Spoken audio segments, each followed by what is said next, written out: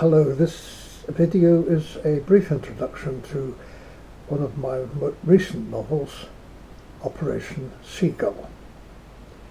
It's my third venture into fiction and one I'm especially fond of. It has an ironic title which is deliberately a bit of a contradiction. We normally give military undertakings gritty names like Operation Desert Storm or Operation Wrath of God, but this name, Operation Seagull, makes it sound like, I don't know, Operation Fleabite or something of that order. It's deliberately tongue-in-cheek, as it's about pulling a huge confidence trick on the Nazi scientific research establishment using minimal resources and virtually no firepower. This is how it all begins. Archie Wellings, SOE officer in the British forces, and his new wife Jenny are staying in a drab hotel by the seaside, celebrating their wartime honeymoon as best they can and relishing a few days away from the dangers of their military adventures. Jenny asks Archie a simple question, which sets the whole thing for the operation into motion. Let me quote from the book.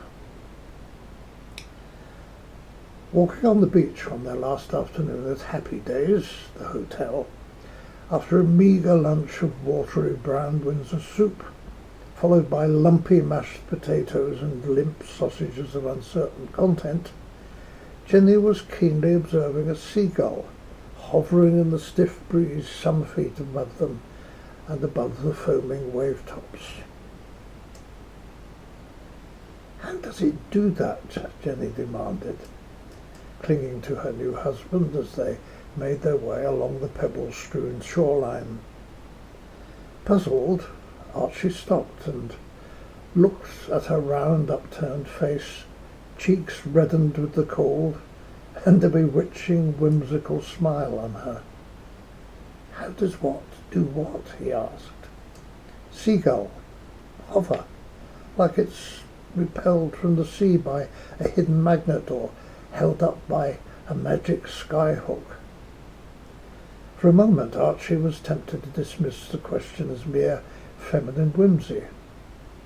Then a sudden crazy notion struck him like a thunderbolt.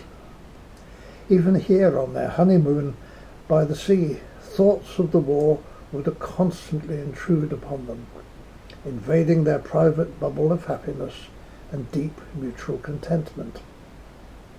As he observed the bird, dipping and swaying in the strong breeze, its wings rigidly outstretched, he imagined this wasn't a seagull at all, but a long-range high-speed bomber, capable of defying gravity, which could expend all its energy on travelling vast distances with a huge payload.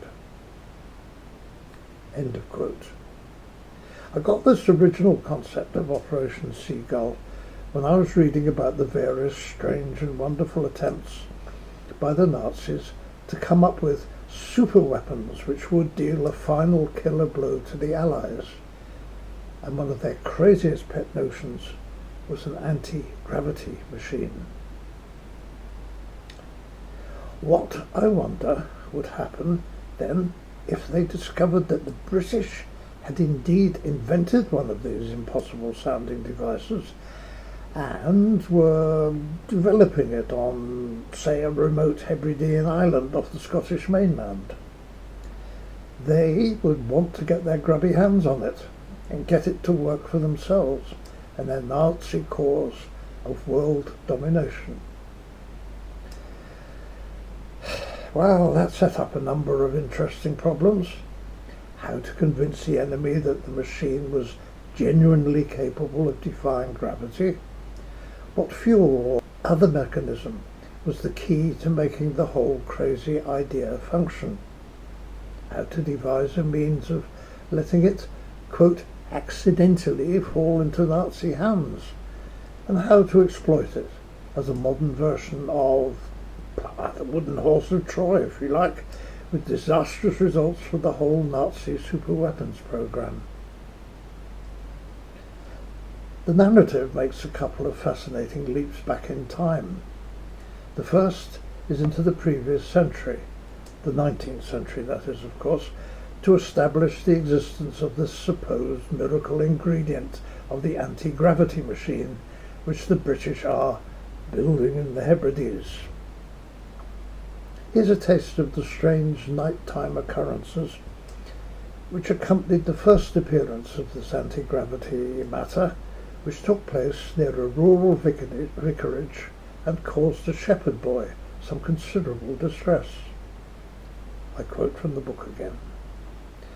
There in the front doorway stood Isaac, the local shepherd lad, his coarse features and lank blonde hair besmirched with blood, and holding a dead lamb in his arms, its head lolling down at an impossible angle. "What on earth," inquired Elspeth's husband angrily, "has been going on here? Oh, come in, man, and leave that wretched sheep outside. It's clearly way beyond our help."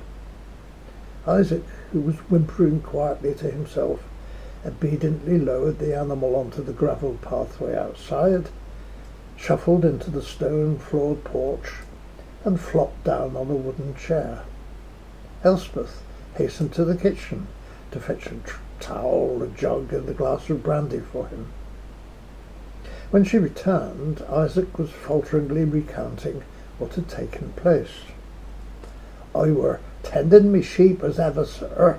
It were a quiet night, and I were admiring the shooting stars up in the sky that fly across the night heavens around this time of year.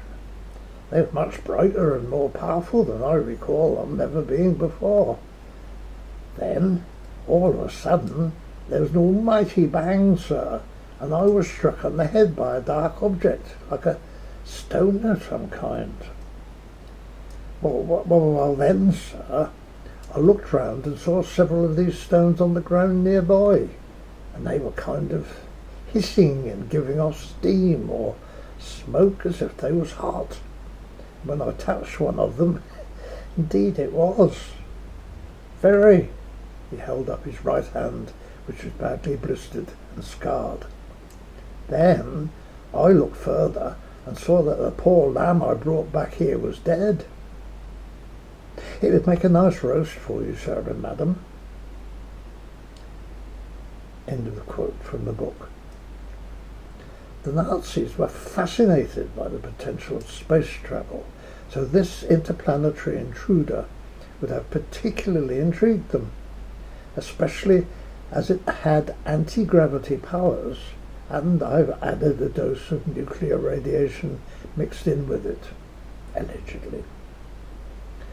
So, for the second leap in time, we go much further back, to the Middle Ages, where a curse on the owners of a local castle would only be lifted if the credulous and vain current Nazi officer who's requisitioned it packs his bags and departs, to leave the building to act as a key nerve centre for Operation Seagull and to permit radio transmissions back to London to continue.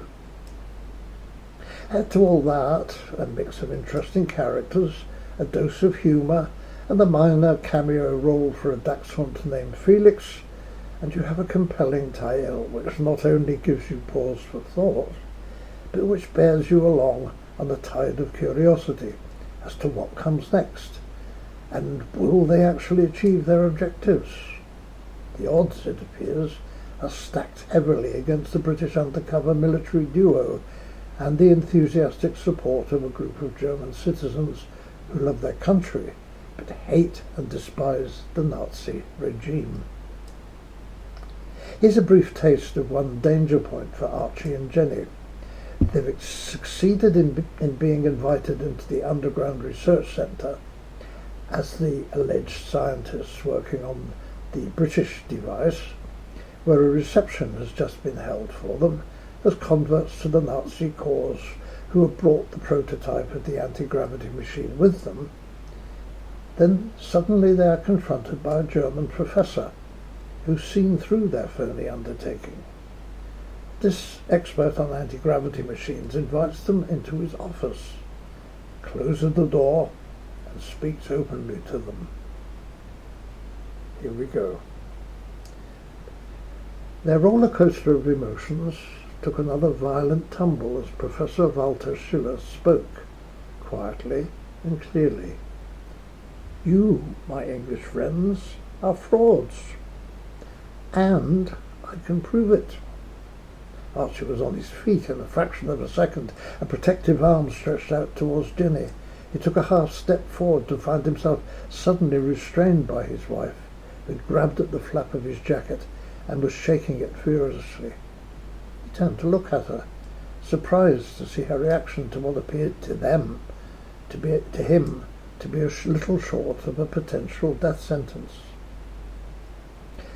Paraphrase the next bit. Walter Schiller explains to them in detail why he is convinced that they're not who they claim to be, and then, in a sudden conclusion, he drops another bombshell. I too, my friends, have a confession to make. You are frauds. And so, my newfound English friends, am I.